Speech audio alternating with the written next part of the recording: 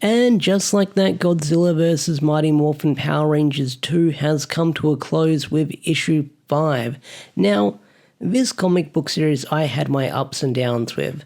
I think overall it just was kind of a slog to read month to month because while this comic book was coming out, there was like a bunch of other stuff on my pull list that I was more excited to read when this comic book was dropping. So, of course, I would either read it day one and then I'd usually put the review on the side or I'd push it back a little bit. But near the end of this, like, I think issue 3, I kind of fell off this comic book because, other stuff was coming out, like Ultimate Spider-Man, The Ultimates, Ultimate X-Men, the new TMNT comic, the new X-Men comics, like, all that stuff had my attention over the Godzilla Power Rangers crossover sequel that we got. And I'm not saying this is a bad comic book series. It had some really cool concepts, some really cool ideas, and we're definitely getting baited for another sequel whenever we get one within the next year or two, so I'll definitely be covering that on the channel if I'm still around. But this issue did some cool things that I did like. I really enjoyed the Kaiju designs. I really enjoyed the Kaiju Ranger designs. I thought they were really cool. The crossover between Godzilla and Jet Jaguar and all that stuff, that was cool as well. The villains didn't do a lot for me. I mean, we had Psycho Ranger, Kaiju. They were just there. I thought they'd be more of a bigger threat than they were sort of built up to be, but they kind of got dismantled at the end of this issue, and I feel like they weren't a major threat like the Psycho Rangers were back in Power Rangers in Space. And having Astronema and Rita team up, although I really enjoyed the interactions and the artwork was really silly and a lot of fun, I feel like they could have been done a lot more there because I feel like they sort of played off each other like a slapstick comedy in the end.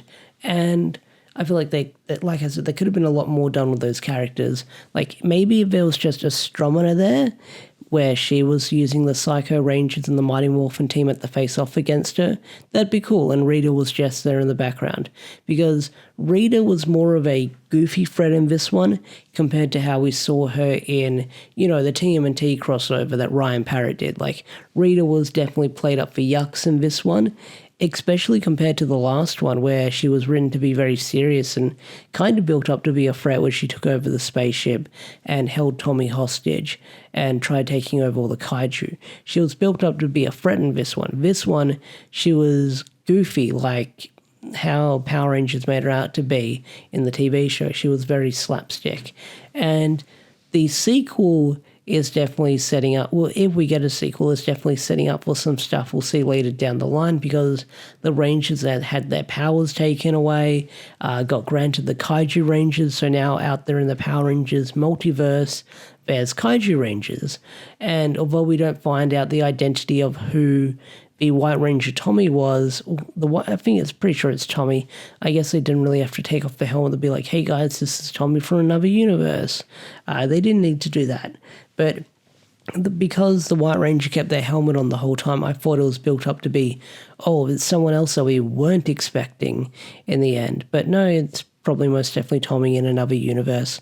The ending is very silly and very goofy, but it had the alliance, the Rita alliance, where it's all these different Ritas from all these different multiverses who are at this round table, which is very goofy. I mean, you've got the fish Rita, you've got the tentacles Rita, you got the baby Rita, you got all these misshaped Ritas. No Robo Rita there. No Robo Rita, unfortunately. I feel like maybe Robo Rita will be in the sequel. You never know. But this comic book, I didn't hate overall. I thought it was okay. I mean, it had some really cool ideas, but I feel like it could have done a lot more. And this is just like fan service coming from the toy box. And I didn't hate it. I thought the artwork was really cool. I thought the story was okay, but I feel like it could have done a lot more. But I feel like maybe they could have done a lot more with it than having the 6 issues. But hey, I'm not a writer for comic books. I don't have a schedule to sort of squeeze in and fit 20 pages, like a story into 20 pages each month and plan stuff out. I couldn't do that probably. But I feel like this issue, it wasn't as good as the first Godzilla and Power Rangers crossover, but it wasn't bad. And like I said, maybe once I read this in trade back form when it comes out next year, I'll probably enjoy it even more. But overall, this was an okay issue. I think that's all I got to say about it. I mean, it was okay. It was mostly fighting here and there, and there was the battle being wrapped up and then setting up for a sequel. That's like the best way to sum up this issue. But overall, what did you guys think of this issue? Love it? Hate it? I feel like this sequel didn't grab as many people as the last one did, because looking at the views and the interactions I got in the comments, I don't think a lot of people were drawn to this one like they were drawn to the other one. But hey, it is what it is. But anyway, guys, I'll see you guys later. Peace out, take care, and bye.